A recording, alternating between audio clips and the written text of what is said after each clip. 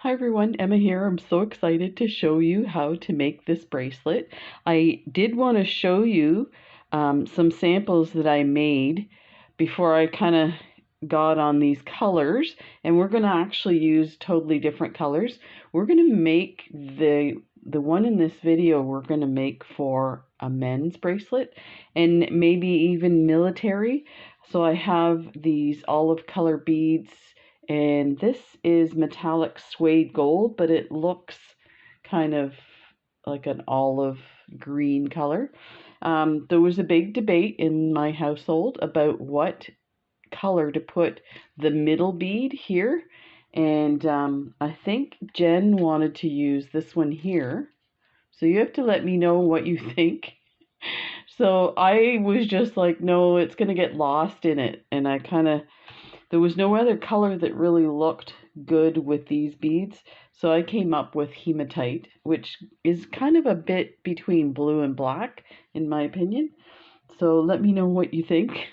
But anyway, so this uses herringbone stitch. So if you don't know how to do herringbone stitch, I recommend you go take a look at some of my previous videos on herringbone stitch, or somebody like Jill Wiseman has a really good, very short, concise video showing herringbone stitch. Yeah, so this one gets a little more in depth because I've seen some of these bracelets on Pinterest, and I couldn't quite figure out, maybe they were attaching the beads on after, and you can actually do it that way, but I like to do, when I'm making a bracelet, I like to start at one end and end at the other and then put my clasp on. I don't want to have to go back and add stuff, but I mean, you can definitely do that, but I'm going to show you how to do it all in one go around. So this one's the pink one, and of course I had to show you pink, and I totally would have done this in a video, but I just figured out that these beads, and definitely these, were not going to show up on camera because I had a previous video that I did of the heart, the 3D heart, I had to redo for that reason. I had a hard time seeing. I rewatched the video. So this one here, I wanted to see what I could get away with silver. So first of all, I should say these two here are done with Toho beads. And somebody mentioned they didn't understand the difference between Toho and, say, check glass or a Miyuki bead. So I will do a video showing the differences with some like swatch patterns of different beading patterns to show you the difference. But basically, I find that the Tohos are slightly bigger and they're more tubular. Actually, now that I look at this one looks like it's Toho as well. Let me see if I have one. That's a Toho. You know what? I think I did all these in Toho, and this one's in Toho. I do have one that's not Toho, and it's the one we're going to put the clasp on, but it's on my desk here. Let me see if I can. It's glued to my bead mat. Oh, no! So this is the other one I did. And this one uses a Miyuki, like a tiny bead. So you can see these ones are a little rounder, a little smaller. Let me see. I don't want to move it around too much till that sets. Let's see if we can show you. So quite a bit difference.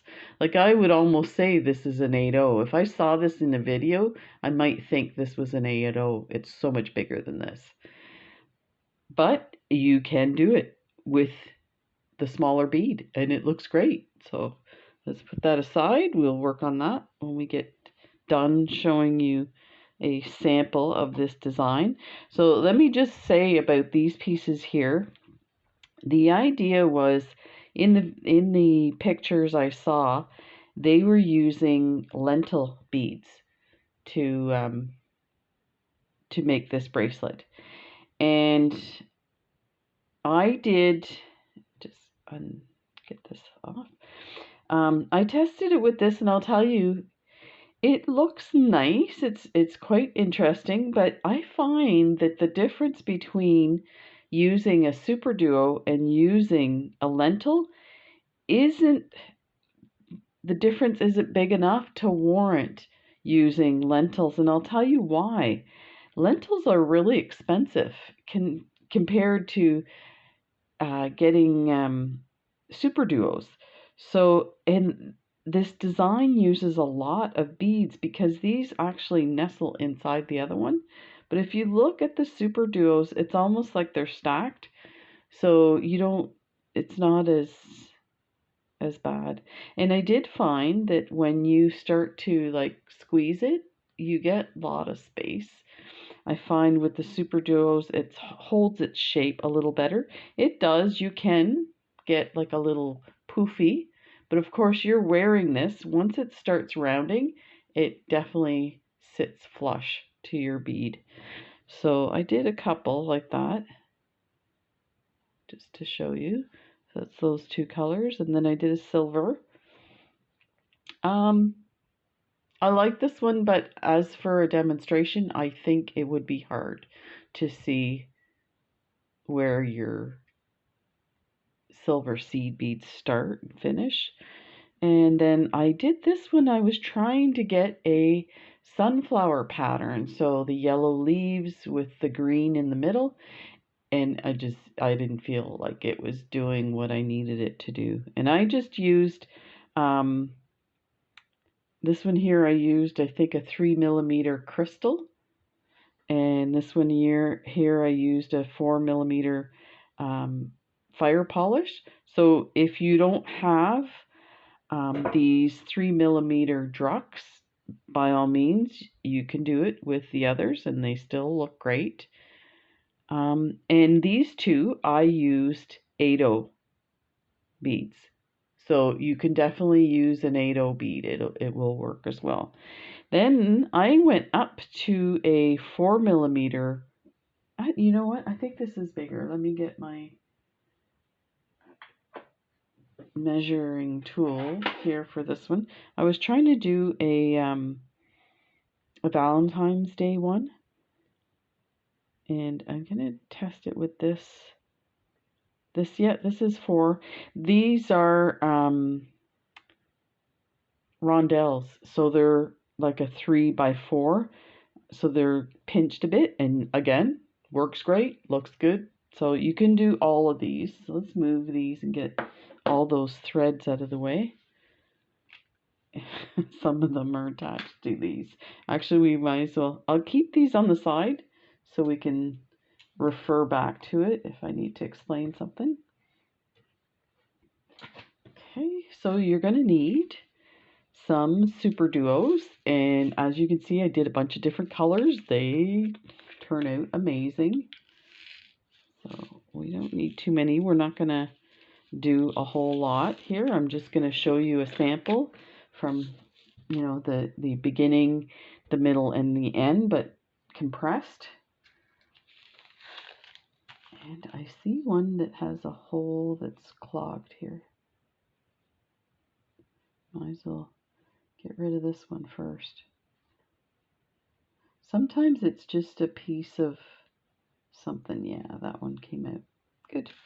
Then you're going to need, so I'm using Toho 11Os, and this is matte dark olive. So we'll need a few of these for sure. And these are lovely. Oh, I'm so glad to use them. And then these are from Jill Wiseman, 3mm hematite. And let's put a few out here. I'm using dragon thread, green, size 6, and I'll tell you, I would definitely use size 6, and if you just look at the structure of that, it's kind of holds its shape. I did do some with a size 5, so not as thick, and it was very floppy, so I definitely recommend using a So if you're using Fireline, it would be 6 pound. I'm using a size 10 beading needle. That's all you need. So we're going to start with our the end bit. So the end bit is going to depend on what type of clasp you're going to put on. Now, as I showed you, I was using a magnetic clasp. That's the only clasp I feel really matches this type of bracelet. I really would appreciate if anybody has any suggestions on a different style. I went through all of my clasps and tried to attach them. They just didn't look right. This to me feels more like, let me show you on this one here. Feels more like it should be kind of, you know, like a magnet sticking together. But you could, I guess you could put a toggle clasp. So let me know what you think. I really appreciate it. I'm giving you homework today. By the way, I put a wingspan of thread on here, and you will definitely need, for my wrist is only 6 inches. I did 4 strands of thread, so you're definitely going to need 5 strands if you're doing it for somebody with a bigger wrist. So you start by putting 4 beads on, and let's move these up so that you can see what I got going here. So take it down to the bottom, leave a substantial amount at the end to because we're gonna add a twin bead. That's what I did to get it glued inside the clasp. But if you're doing a different clasp, you know, you can decide how much thread you want to leave. So I'm gonna leave a bunch. I guess I don't need to on this one, but so go back down and just go through 2, the first 2 that you put on your needle, like that.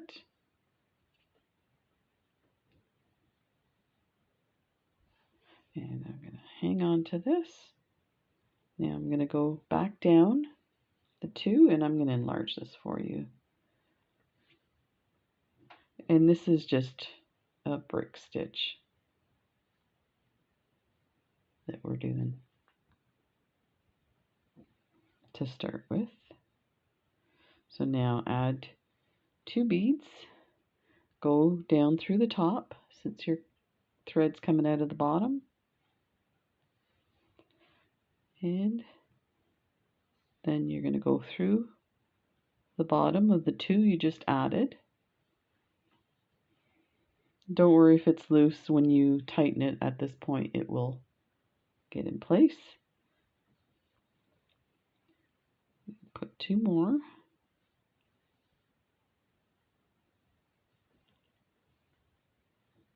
And like that, then go back down those 2 that we just added. Like that. So now if you're familiar with herringbone, we need sets of 2. So you have 2 rows here and 2 rows here.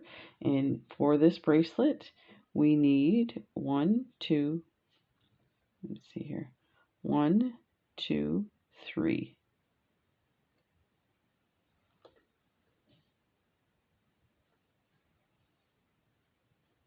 So let's 1, 2. So go down. That. Then go back up the 2 you just added. That will tighten them nicely. So now we have 1, 2. We need 1 more row.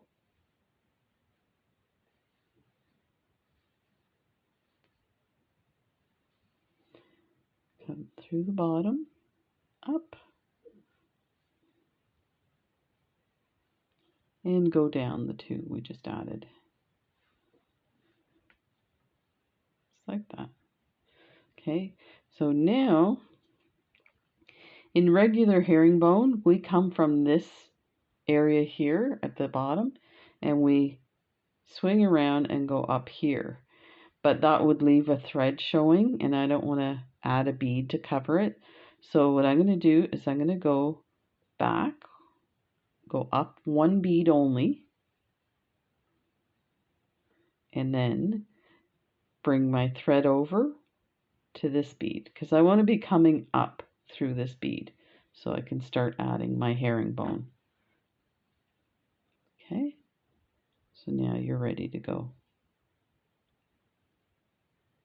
Like that. Pick up two beads, that, and we're going to go down the next bead and just that bead. And this row is a bit different than the next, like the following rows, because we are just starting our herringbone and you're trying to get through these beads. So now you're coming out of this bead here. We're going to go up the bottom of this one here.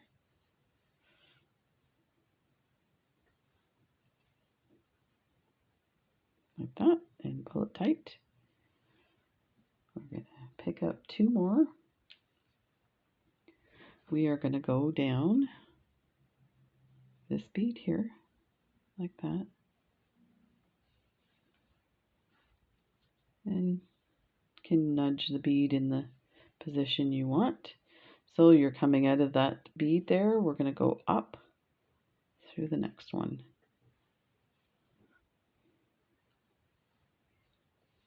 There. Pick up two. Go down this bead here. And we'll get that into position. Pull your thread like that. Okay, so again, we have to come across this way. So if you're doing regular herringbone, you'd flip this and go up. You'd add maybe a 15-0 and go up here. But we don't want to do that. So you can go from either side, from that side or this side.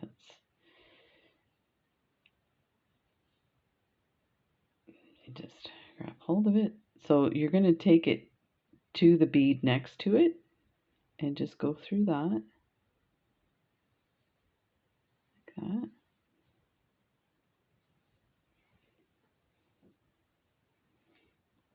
And then go across to the first bead.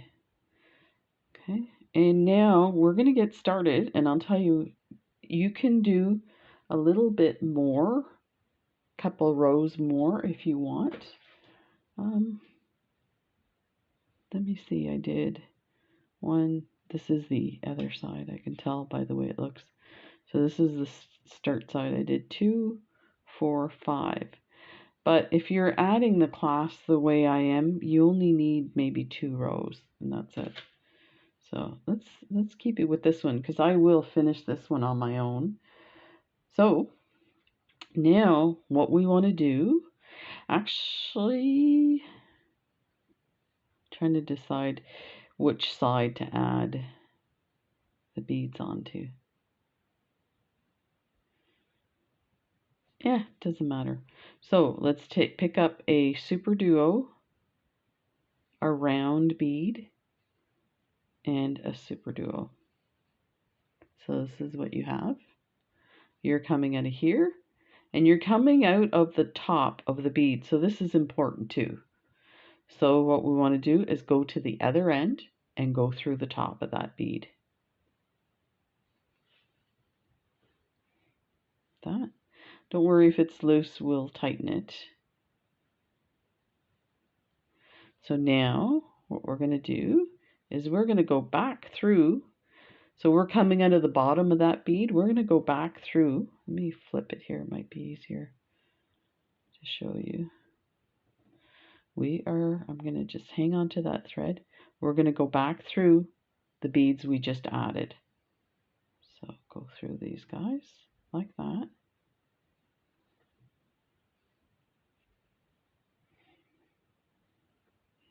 Not to worry, when we pull this, it'll pull everything in like that.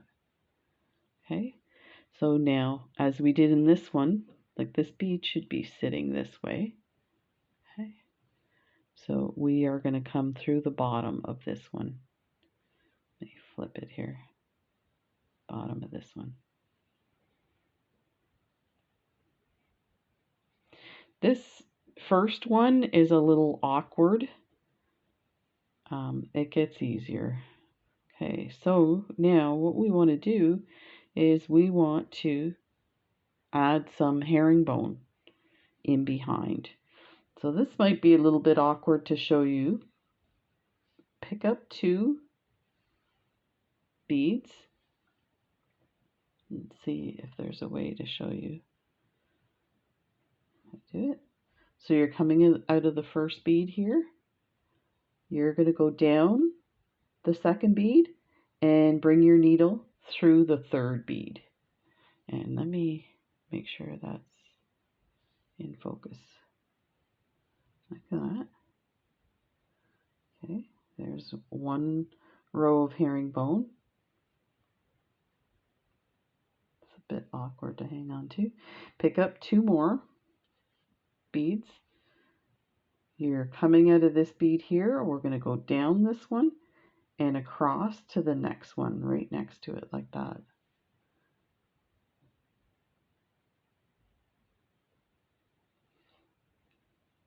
This may be a hard one to show on video. When I was doing it, I was wondering if I was really going to be able to show you, because you have to kind of turn it and look. And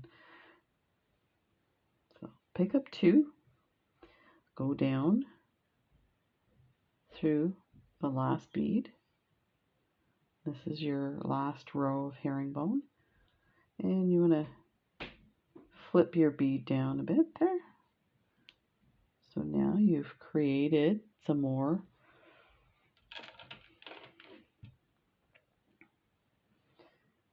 that herringbone behind those guys. So now, this is the fun part. Now we're going to add another set here. So what we're going to do is we're actually going to, so if you look, you're coming out of this bead here. You're going to go to the second hole in the Superduo. So when you look, it looks like there's a lot of thread there, but trust me, when it's done, you're not going to see that much thread, and that's, you know, the reason for the green as well. So pick up a Superduo, a 3mm round bead, and another Superduo. You're going to go through the top bead on the other side, like that, and you are going to just flip this way. You're going to go down to this bead here, like this. Okay. Let's grab this. Now, what you're going to do is you're going to go back through everything to secure it. So you're coming out of this bead here. You're going to go through the bottom Superduo and the bottom hole of the ones we just added on. And you could probably grab the round bead as well. I wouldn't recommend trying to get everything on one pull. And at this point, you're going to tighten it, so that will tighten the other side that was loose. Then go down the bottom hole of the Superduo and the top hole of the previous one, like this. And then come back around, go through the bottom of the last bead, and now we're going to add some herringbone to this one. So grab 2 beads, 2 11/0s, go down the one and up the other. And this part goes really fast because now your beads are sitting on an angle. It's easier to grab, and I feel like, oh, that's not what.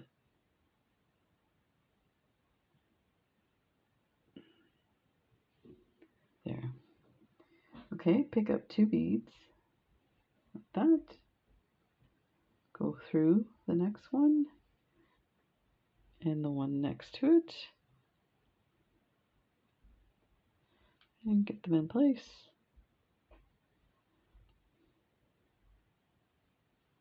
Pull tight. I feel like this is really hard to see. I may have to do alternate colors. I think that's what I'm going to do. So I may still release this video as a preview because it's no good if you can't see what I'm doing here. So now at this point, we are going to grab the top bead here, and it should tighten it there. Yeah, I'm looking at this and it's really hard to see. So I think what I'll do is maybe I'll work on the red and the gold so you can see better, and hopefully I'll have this done. I can show it to you. So this is going to be it's kind of a strange video, but a bit of a preview also to let you know I'm doing well. I do have a back issue that's cropped up, and I'm having a hard time sitting at my desk, so that's why you haven't seen many videos. So take care, and we'll see you in the next video. Bye for now.